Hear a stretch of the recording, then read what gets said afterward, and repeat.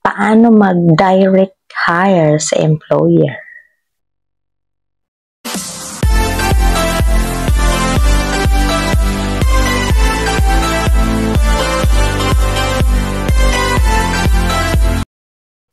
Hi guys! Ngayon, share ko sa inyo paano mag-direct hire sa mga employer natin na wala na tayong agency na hawak sa atin, ay broker na hawak sa atin. Halimbawa, naka 3 years ka na sa amo mo, na isang kontrata ka na, natapos mo na yung kontrata mo, tapos gusto kang i-renew ng employer mo, i-renew kanila. Tatanungin ka naman nila kung gusto mong mag-renew sa kanila or hindi, kung lilipat ka ganun. Kung gusto mong mag-renew sa kanila, tapos gusto mo mag-direct hire, pwede naman. Sabihin mo sa employer mo na gusto ko na mag-direct hire na ako, tapos wala na akong broker.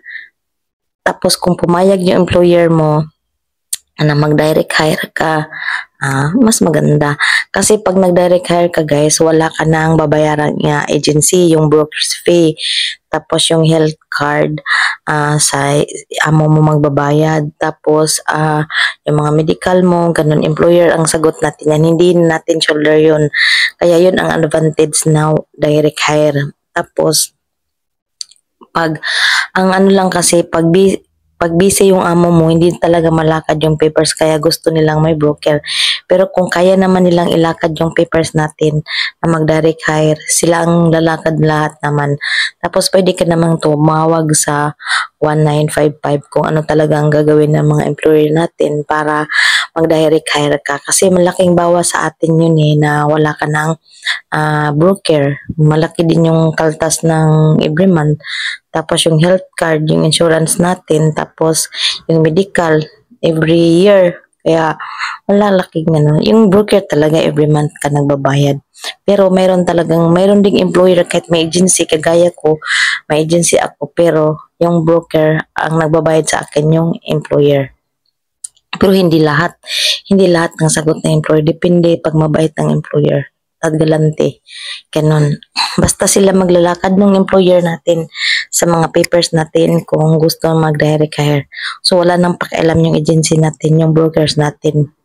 Pero ako guys, gusto ko pa rin mayroong broker kasi bakit? Mayroon kasing malalayo kung halimbawa wala ka na employer, tapos sarili mo, ikaw talaga maghanap ng job order.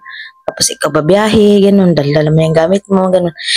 Pag may agency, kukunin ka, hatid ka, yun, mayroon kang driver. Kaya ayaw kong, tamad. Kaya ayaw kong walang agency, walang broker.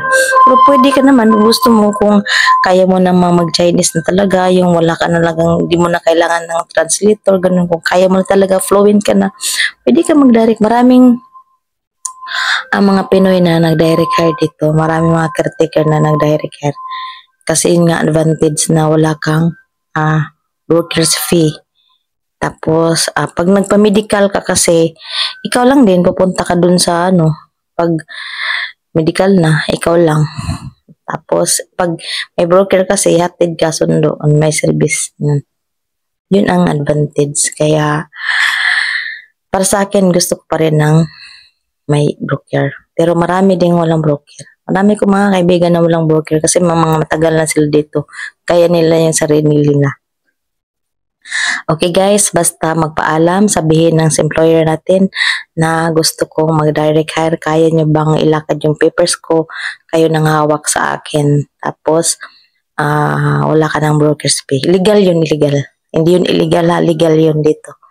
Kung gusto mo mag-direct hire, wala ka ng agency hawak. Legal ka pa rin kasi dadaan ka pa naman sa kung ano yung, ganun pa naman, dadaan ka pa rin sa natin process, pero wala ka ng agency. Yun.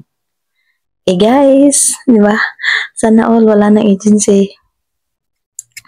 Yun lang, sana may natutunan. Basta sabihin sa employer at sa broker. Siyempre, paalam ka sa broker mo. Malulungkot din yung broker mo na lalo na pag mabait ka, hindi ka bibitawan ng broker. Yun, may mabait, ayaw pumayag ng broker. Ako hindi ako papayagan ng broker kasi hindi ako pasaway na workers. Hindi rin ako nagjujo. Okay guys, sana may natutunan. Thanks for watching. Bye!